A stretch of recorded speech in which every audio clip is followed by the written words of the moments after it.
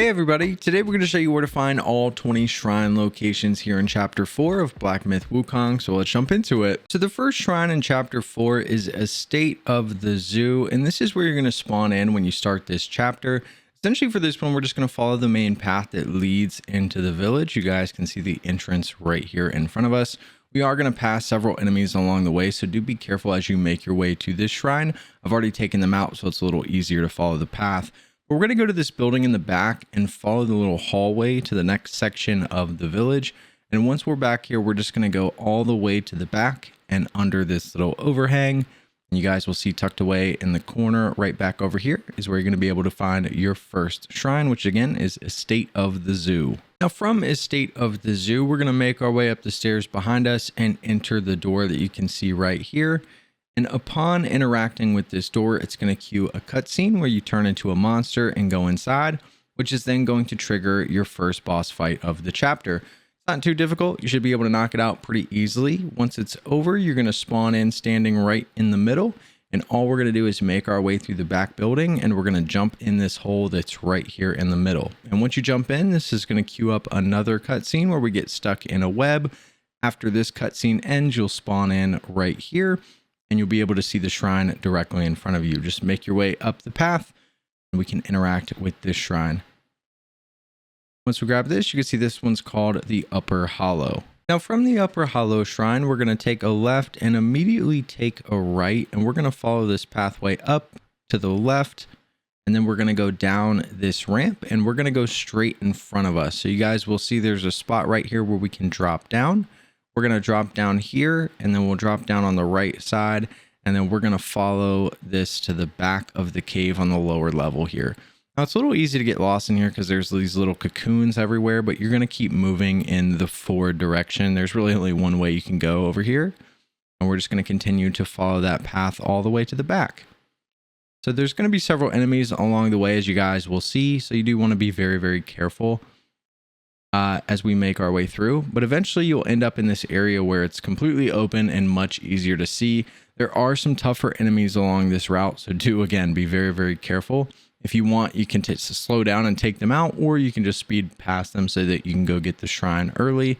But once you make it up to the top, you're going to see a little pond right here, and right over here in the very back corner of the pond is where you're going to be able to find your next shrine, and this one is called Pool of Shattered Jade. Now from the Pool of Shattered Jade shrine, we're going to immediately turn around, and what we want to do is make our way over to that scaffolding that you can see in front of us. So to get over there, we'll just come over here to the left, and then you can follow this little pathway over there. And then once you make it to the end, what we're going to do is drop down to the lower level. So you can see we can drop here. We'll drop again right in front of us. And then right here, we can drop again. We're going to take a right, drop here. Then once you're on this level, we'll come around the back side and you can drop down here and then right here in front of us.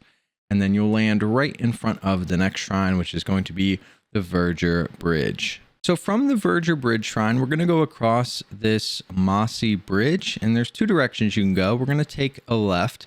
And if this is your first time coming out here, you're going to get a cutscene right here.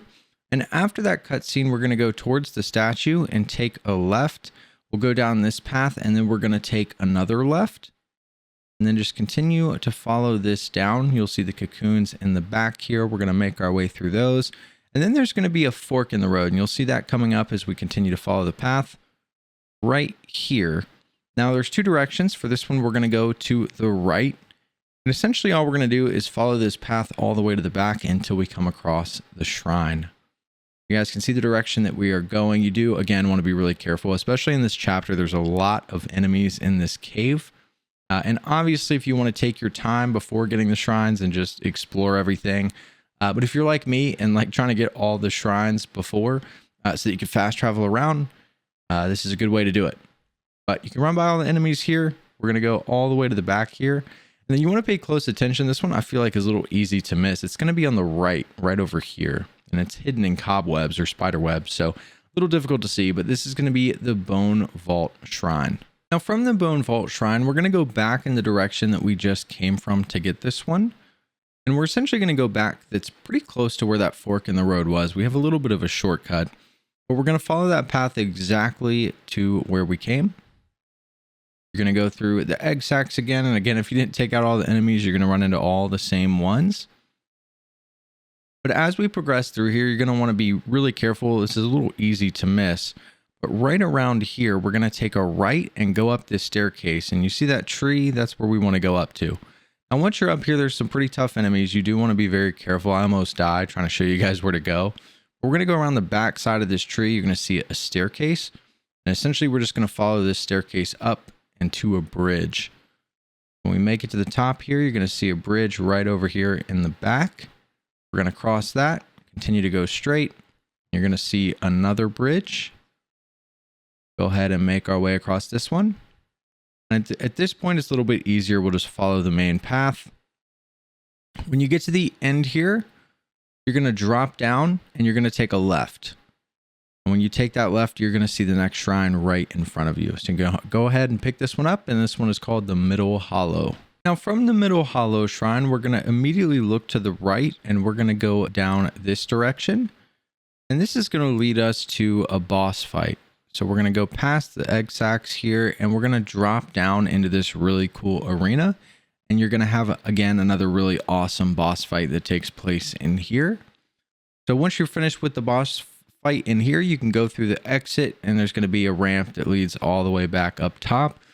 It's a pretty easy pathway. You're not going to encounter many enemies at all until you get closer to the end of this path. As you guys can see, we're not really running into anything. But you're just going to follow this all the way around to the back. And when you start seeing more of the egg sacs, that's where you're going to start running into some more enemies, which is right back here. Just be careful as you're making your way through here that you don't get stopped by some of these guys. But you're going to go all the way to the end. And once you get to the dead end, we're going to take a left, which you'll see right here. And we're going to break through these egg sacs or cocoons, whatever these are. And then once you make it to the back, we're just going to go straight to the shrine. You can see it right here in front of us. We can go ahead and grab this one, and this one is called the Cliff of Oblivion. Now from the Cliff of Oblivion shrine, we're going to go to the back left, and in this hallway, you're going to have a boss fight with Buddha's hand. That is correct. It's a giant hand. And after that boss fight, there's going to be a cutscene where the hand turns into a bridge, essentially. And we're going to run across that bridge and then drop down. We're going to take a right, follow this path, drop, take a right, drop, and then take a right again. And when we get here, we're going to take a left, drop off this little ledge, and then cross this really long, cool looking bridge. And we're just going to follow the pathway through this cave, and we're going to end up running into another really narrow, weird looking bridge where I'm going to recommend using Cloud Step. So you'll see it's going to be right here behind these cocoons. If you use Cloud Step, they won't attack you and you'll be able to get across easily. If you don't, they will attack you and most likely knock you off. So Cloud Step is very useful right there. But once you make it out here, we're going to just hang to the left, go up the stairs there, and just continue to follow this path. We'll go all the way around to the back here. You will encounter some enemies. And then we're going to continue to follow this pathway. And then right here by this tree is where you're going to find the next shrine. So this one's a little bit hidden. Right next to this big tree, you'll find the relief of the fallen Loong. Now for our next shrine, we're going to fast travel back over to the Cliff of Oblivion shrine. And once you're here, we're pretty much going to take the exact same pathway that we just took to get our last one, except we're going to go a little bit of a different direction. This is going to take us to the Lower Hollow. So we're going to come back up here and we're going to cross the hand bridge. This is all going to be the same as the last one. We're going to drop down right here in front of us. We're going to take a couple more rights as we drop our way down. And then when we go down here, instead of taking a left, this time we're going to take a right. And we're going to follow this pathway all the way down through the bottom of the cave. Be careful for the archer here. We're going to drop down. This one is a little bit more open. And this is going to lead down to what looks like a dead end. However, there's a crack in the wall. And when you go through this for the first time, you're going to get a cutscene where you stand out on this ledge. But what you want to do when you're done is take a left and drop off this broken bridge here and follow this deeper into the cave. It's a little difficult to see down here, obviously, with all the spider webs, but it's pretty straightforward. You're just going to continue to follow the main path through here. You'll have a lot more light in here, so it's easier to see. But do be careful, there are a lot more enemies in this area. We'll cross the bridge there, just continue again along the main path. A lot more spider webs. And then all we're going to do is make our way to the very back. So you can see as we go past these cocoons, right here on our left is where you're going to be able to find the next shrine. And again, this one is the Lower Hollow. Now, starting from the Lower Hollow shrine, we're going to take a right and we're just going to continue to work our way through this cave. This next shrine is the Hut of Immortality. It's much easier to get to. You'll have a lot of spiders that spawn in this cave, but you can obviously run by them. And then we're just going to go through this doorway here and just continue to follow the main path. In fact, I don't think there's really any other direction that you can go, so it'll be hard to get lost getting to this one. But when you see this guy with the light, you're going to be getting close. We're going to go right through this crack here, and when you're in the open area, it's going to be right over here on your right. And again, this is going to be the Hut of Immortality. Now, after you grab the Hut of Immortality shrine, you're going to take a right and go right over here into this courtyard. And there's going to be a cutscene as well as a boss fight that takes place right here in the middle. Now, once that boss fight is over, which isn't too difficult, we're going to turn around and we're just going to head straight in the opposite direction. We're going to work our way over through this cave. And essentially what we're doing is making our way to another boss fight. So we can go through this crack in the wall here. And then when you make it out on the other side, you're going to end up exiting the cave into a much bigger arena. You can see that right here in front of us. And this is where you're going to have another boss fight. And this one is a 2-phase fight where the second phase is different. It's a little bit more challenging. So this one may take you a little bit longer to get through. But once you're finished with this boss fight, which is part of the main story, we're going to go around the back here and into this cave. And right over here on your left-hand side is going to be your next shrine, which is the Purifying Spring. Now, from the Purifying Spring shrine, we're going to take a right and we're going to make our way outside the cave here. This pathway is a little bit more dangerous. You're going to encounter a lot more enemies along the way. It's a little tricky in this first area. You're pretty much just going to hug the right and go around the back. And you're going to go up a couple different staircases. We're going to cross these wooden planks here. And then go all the way around the back here. Another staircase here in front of us. And then another one here. And this is going to lead to a much taller staircase. So we'll go up to the top to this next section. We're going to take a right. This is where things get a little tricky because there's a lot of enemies in this area. So do be very careful. But we're pretty much going to follow the lanterns all the way up to the top. When you get to the end here, you're going to take a left. You're going to go much higher up right here. Just follow this path up the side of the hill. And then once you get to the top here, we can take a right, climb up the rocks, and the shrine is going to be right here in front of you. And this one is called the Gathering Cave. Now, from the Gathering Cave shrine, what we're going to do is take a right, and this is going to lead to a massive arena with a really big boss fight. You guys can see that here. And after that boss fight, it's going to start a cutscene where a whole bunch of gold spiders start rushing into this arena. And then it's going to spawn you back in and right in the middle of the arena. And essentially all you have to do is just run for your life. So all you're going to do is follow this path. And then you're going to get about halfway up this hill. You're going to see spiders coming down the side of the mountain. And once you get about halfway up this pathway, it's going to automatically cue another cutscene. And what you're seeing now is the tail end of that cutscene where we get saved by a massive spider that's right there on top of the rocks. And then once you spawn in, all we need to do is go up to grab the shrine. You can stop by this tree and go ahead and pick up this fragrant vine. And then right over here in front of this staircase is going to be the next shrine. Once you grab this one is going to be called Mountain Trail. Now from the Mountain Trail shrine, we're going to take a right and go up the staircase here. And this one is going to be a little bit of a hike to get to as our next shrine is pretty far away.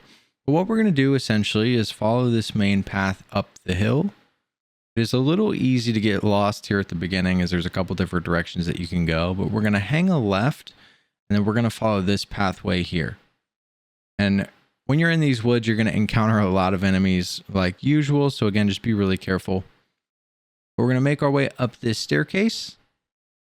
When you see the tiger looking thing, we're going to take a right and go around the bend.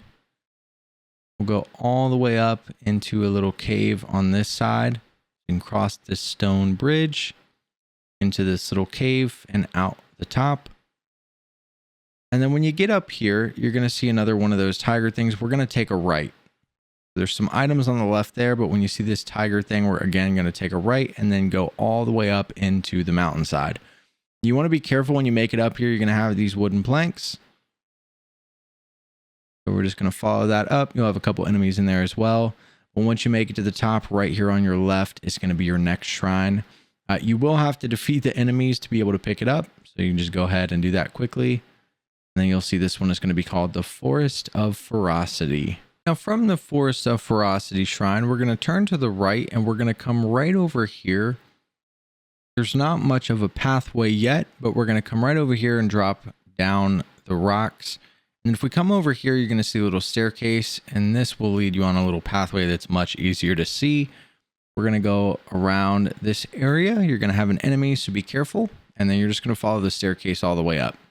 You'll see a class here on the right. We're going to stay on the stairs on the left, and then just continue to go forward. And you're going to see the building at the top of the stairs. The shrine's going to be just before the building. So you'll see the shrine right here on the left side. And this one is going to be the temple entrance. Now from the temple entrance shrine, the next thing we're going to do is take a right and we're going to follow this staircase all the way up to the top. We'll go ahead and do that. And then once you're at the top, we're going to go through this building and immediately take a left, and we're going to follow this pathway all the way up. You'll see a couple staircases in front of you, and this is going to lead us up to another building that we're going to go through. Just continue to follow this path. Again, you'll see there's a lot of poison enemies up here, so do be careful. But you'll make it around the bend here. We're going to go up through this building, and then by the big tree in the middle here in front of us is where you're going to find the next shrine.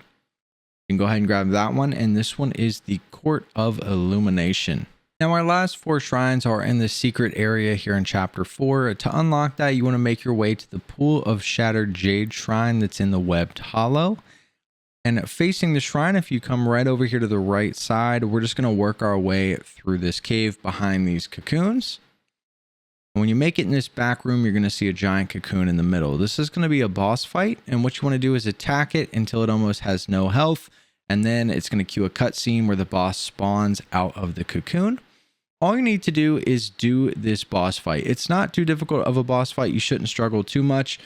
There's only one phase, I believe, with this first one, but this boss, we need to take him out here so that we can get him to spawn in another location towards our last shrine. So once you defeat him, we're going to fast travel back over to the Court of Illumination, which was the last shrine that we got. We're going to turn around and go out the exit directly across from the shrine. We're going to go all the way down and through this doorway that you can see here in front of us that we went through to get up here. And then once we're out on the other side, we're going to take a left and make our way up the stairs. And we're just going to follow this path up the side of the mountain. You can see the pathway here. And eventually when we get up here, we're going to end up taking a left. So just keep that in mind.